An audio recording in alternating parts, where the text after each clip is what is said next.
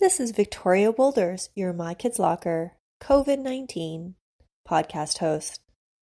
Thank you for joining us today for another COVID-19 Ed podcast episode. Today, we're going to be looking at the empathy tale called The Painter's Glass. And we're going to be doing an activity as well as an extension activity.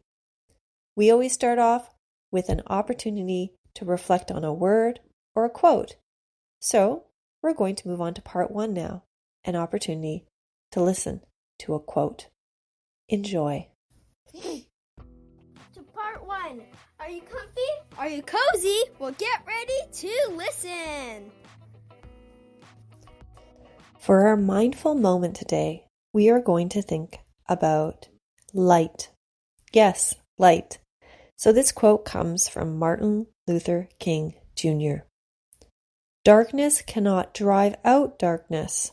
Only light can do that. Hate cannot drive out hate. Only love can do that. How does love help people? How does light help people? Think about how walking into a room and giving someone a smile may just brighten up that person's day, just like walking into a dark room with a candle brights up that room. Think about the quote again.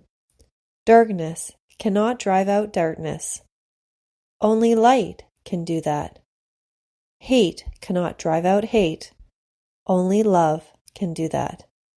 Today, take some time to love other people. And remember, when you love, there is light. Hi everyone, welcome back to part 2 today. We are going to create something amazing and let's get crafty. Bye. Today we're going to be sharing an empathy tale called The Painter's Glass. This week we are focusing on meaning, taking some time to think about our writing and really what the words are that we're trying to express and their meaning. So, I want you today to take some time to think about this story called The Painter's Glass. You get to take some time to express your understanding of the story in any way you want. Write, draw, act, create a musical piece. You choose how you want to interact with the story. Some of you might want just to listen. Take some time to think about one of the characters in the story. Think about what it really means to be that character. Okay, well, I hope that you enjoyed this story, The Painter's Glass. The Painter's Glass.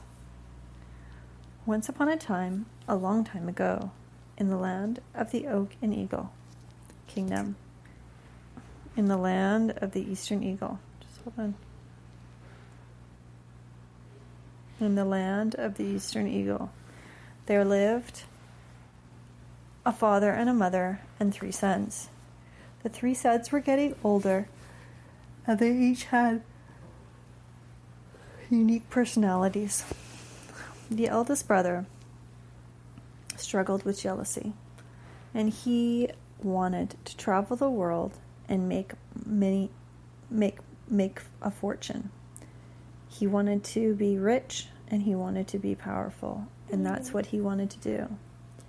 He had an easel and he was an artist, and he'd draw these beautiful pictures, and he would often say, one day I will travel the world, sell my paintings, and I will make so much money and I will never need to work again. The second, he had a desire for fame. He too was an artist, and he would say, I am going to make the best painting in the world, and I am going to be famous. Everyone, from the sunsols above us to the water trolls below us, will know my name and know who I am, and I will be famous because of the art that I do. If you want to be famous, it won't happen. The youngest brother, he was humble, he was kind, he was compassionate, and he was gentle and mindful. He said, I do not desire fame or fortune. What I desire is for a family full of connection. I hope to live every moment believing that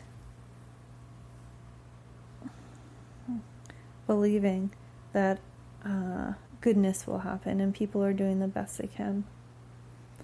Well, as time went by, the mother and father decided to leave to go seek out some merchants on the other side of the Oak and Eagle Kingdom.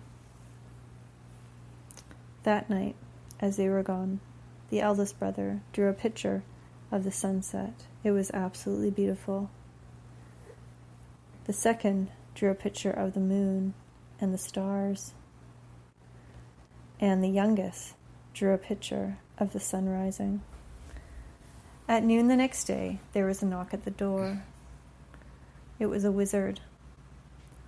And the wizard told the youngest son that his parents had gotten lost and they did not know where they had gone. They were somewhere, and yet they found one piece that remained from their travels. It was one single glass etched in gold. The brothers were devastated. The youngest was the most devastated, and he struggled with trying to understand what to do. Should he seek them out? Should he wait? They chose to wait. Using the glass, each of the brothers took a corner of the glass. The eldest took one corner. The second took the other corner. And then the youngest decided to take the middle of the glass. As they dipped their paintbrushes into the glass of water, they started to draw, and their drawings were absolutely beautiful. There were these golden etches that were in and out, and flakes of gold that mesmerized them. All three of them drew beautiful pictures, and every time they dipped their paintbrush in the water, more gold would show. After a couple of days, the eldest brother said, "I am going to leave. I have 10 paintings. They are filled with gold. I am going to make my fame." The youngest brother said, "What about father and mother? They have not returned yet." He said, "I don't really care about them. I need to make my money." So he packed up his 10 paintings and left to go travel the Oak and Eagle Kingdom and make a fortune. The second did the same. However, he was into becoming famous. He wanted people to recognize him. He felt that that was the most powerful way to live, is for people to see what he was doing and appreciate the goodness of what he was doing. So he packed his 10 paintings that were etched in gold and went traveling. Once again, the youngest brother said, Brother, do you have to leave? Our parents are missing." But yet the second brother was blind from understanding what the youngest brother meant. He said, "No, I need to become famous. That's what I wanted to do." So the second brother left. The youngest brother was left, and he had the cup, this magical cup. He didn't know what to do with it. And he realized it had become quite dirty over the last several days. And even though his brothers were so keen on making those paintings, they had yet to clean it. He picked up a cloth, a rag, and began to clean it, because he thought that was important. As soon as he started cleaning it with a rag, the rag started to move. He quickly dropped the rag, and all of a sudden, a golden dove appeared from where the dirty rag was on the floor. The youngest brother was surprised. He didn't realize what a golden dove would do. So he went to the outside of his cottage and saw a villager passing by. He said, "I have a golden dove. Would you like to buy it from me?" The man said, "Yes, of course." And he gave him a lot of money. The youngest brother was surprised. What was this beautiful cup?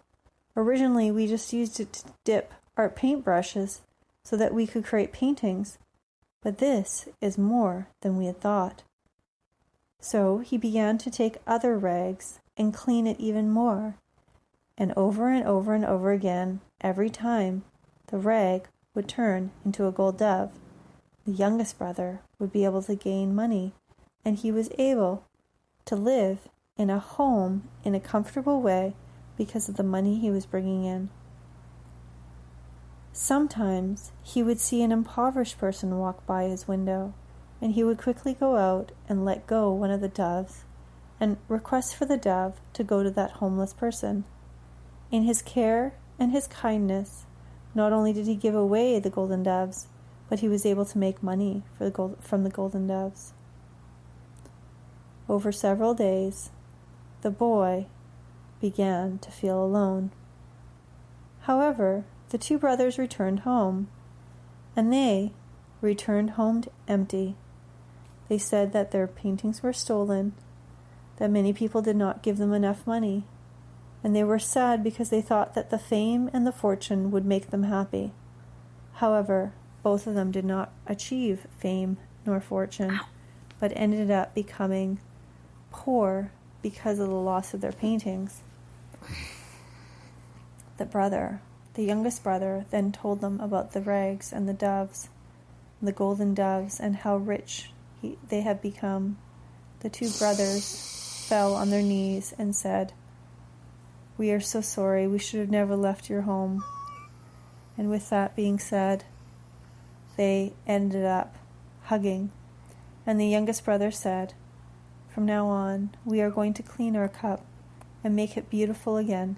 And every time we do, we will create a golden dove. And sometimes we will give it to people who are in need, and other times we will use it so that we can feed ourselves, and we will be content and happy."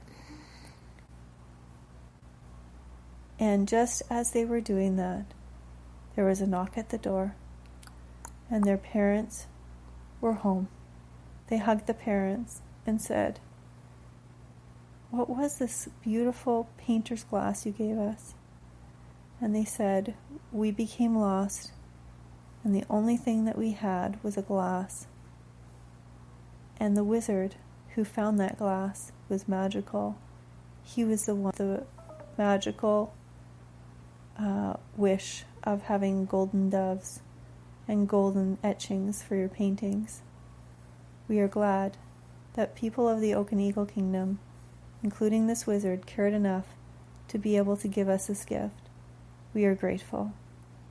And with that, the family began to hug and realized that fame nor fortune would not bring happiness, but humility, care, and kindness brings connection and compassion and a life worth living. The end. Hi everyone, it's time to innovate, part 3. Woo. Well, I hope that you enjoyed today's story. Now we get to do an extension lesson. Glass has been used for thousands and thousands of years, and it's an opportunity for you to take some time to think about glass and how it's used. Stained glass windows are extremely popular, or have been popular in the past, in medieval and beautiful cathedrals and churches. Take some time today to learn about different types of stained glass, and then draw and design your own personal stained glass window. What would you include in this stained glass window? Would you include people, shapes, flowers, animals? You get the opportunity to design in this awesome bonus, innovative section of our podcast episode. If you need to put a pause on the episode right now, feel free to do that. Well, we're going to wrap up now. I hope that you enjoyed today's podcast episode, and I think hopefully you enjoyed the story that I shared. Until next time, remember, less screens, listen, create, and innovate.